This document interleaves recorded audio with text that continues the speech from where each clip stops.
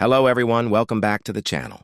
Today we're diving deep into a dramatic and audacious strike that seems to have shaken one of Russia's most critical logistical arteries. Ukraine's alleged underwater drone attack on the Crimea, Kerch bridge.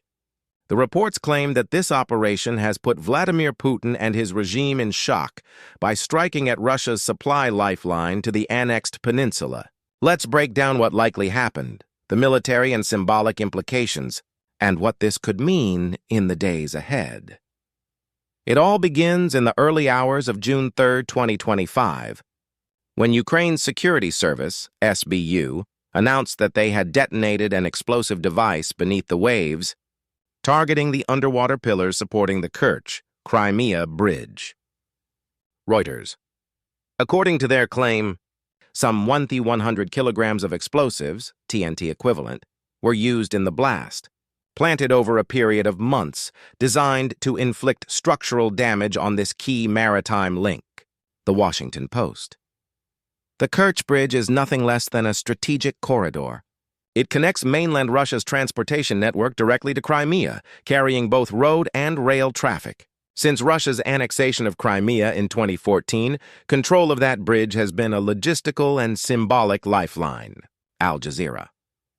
For Russia, it's a prestige project and a means of sustaining supply lines into occupied territory. For Ukraine, it has been a prominent and recurrent target. The Guardian. According to Ukraine's side, the plan was clever and patient. Covertly place explosives on the bridge's pillars underwater, wait until the right moment, then remotely detonate the charges. The explosion, they claim, hit the underwater supports at the seabed level, weakening their integrity. The Washington Post. In the video evidence released by the SBU, one sees an eruption of water and debris near one of the bridge supports, suggestive of a powerful detonation below the surface. The Washington Post. Immediately, Russian media and officials responded with denial or minimization. The Kremlin admitted an explosion had occurred, but insisted the bridge remained intact, fully functional, and that no critical damage had been sustained. Al Jazeera. They also reported the suspension of bridge traffic between 4 a.m. and 7 a.m. local time, but claimed that operations soon resumed. Al Jazeera. The Russian narrative emphasized that the bridge was fully operational again shortly thereafter, and that the attack was being overstated. Al Jazeera. So is the explosion enough to claim a decisive Ukrainian victory? We must be cautious. The public claims are bold. The counterclaims are firm. The truth likely lies somewhere in the murky middle. From a structural engineering perspective, damaging underwater supports is a grave blow. Even if the bridge's superstructure appears intact, if the pillars anchoring it are compromised, future loads, especially heavy train or military convoys, could test weakened foundations. The underwater part of a bridge is notoriously difficult to repair, assess, or reinforce, especially in contested territory. The very act of attacking those submerged pillars sends a signal, not just militarily but psychologically. The Daily Jagran. Some independent observers and military analysts suggest that whatever damage was inflicted, it may not be enough to collapse the bridge outright. Instead, the intention may have been to generate disruption, impose risk, and force Russia into costly repairs or defensive measures. In that sense, even a partial success is meaningful. Al Jazeera. A few hours of closure, logistical delays, or restricted rail capacity might chip away at Russia's rear area resilience. The boldness of striking under the water underscores several capabilities or intentions from the Ukrainian side. Covert operations, underwater drone or mining capability, intelligence that could stealthily place charges, and the nerve to target one of the most defended links to Crimea. Whether sea drones were involved or specialized submersible devices or diver teams, Ukraine clearly signals competence in asymmetric warfare. Now let's imagine Putin hearing of this. For him, the bridge is not just a crossing. It's one of his political trophies, an emblem of Russian triumph over Crimea. Any damage or vulnerability in that project is a blow to prestige. On the very day of the strike, Russian state media published images of traffic continuing on the bridge, as though to prove resilience, and Putin himself mocked the operation. The Times of India. He attempted to spin the narrative. The bridge is strong, Russia is undeterred. But in doing so, he must mask internal unease.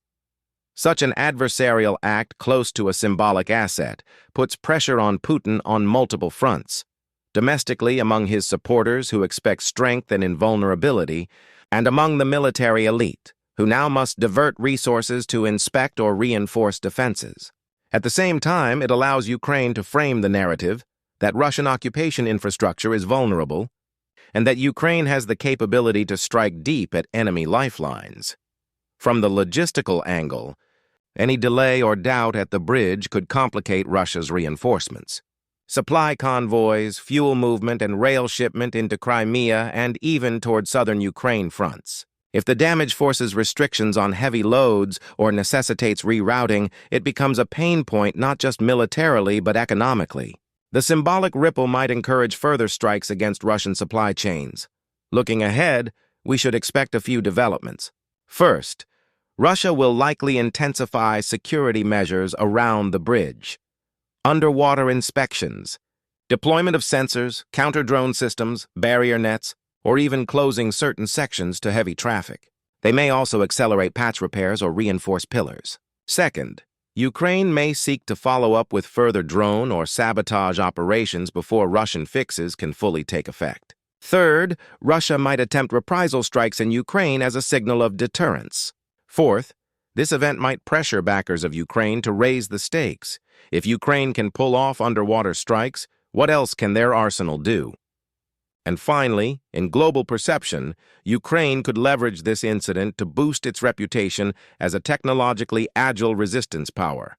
But there are risks and caveats. If Russia reveals that the damage is minimal or quickly repaired, the blow to prestige diminishes. If civilian traffic, trade, or connectivity suffers more than intended, there may be backlash among populations in contested regions. If the attack is shown to have been sloppy or to expose vulnerabilities in Ukraine's own planning or security, Russia could exploit those. Also, each strike escalates the tit-for-tat risk. Each side may push harder and reach toward escalation thresholds. Ultimately, the narrative line here is powerful. Ukraine is hitting Russia where it thinks it is safe, striking underwater into the fortress of Putin's infrastructure. It signals desperation and innovation, and forces Russia to respond defensively rather than offensively in that area for some time. Whether the bridge ends up crippled or merely shaken, the psychological impact is real. In sum, this underwater drone or explosive strike against the Kerch bridge is more than a tactical operation. It challenges Russia's sense of control and confidence. It forces attention, resources, and narrative into a defensive posture. It tells Putin and Moscow that nothing, including their most cherished infrastructural symbols, is immune. And for Ukraine, it bolsters morale, offers propaganda wins, and chokes one more artery of Russian logistical reach. That's the story behind Putin in shock. Ukraine's underwater drone blows up Russia's lifeline bridge. Let me know what parts you'd like to explore next, whether it's the likely drone tech involved, the engineering behind bridge destruction, or what comes next on the front lines. If you enjoyed this breakdown, hit like, subscribe, and ring the bell, and I'll see you in the next one.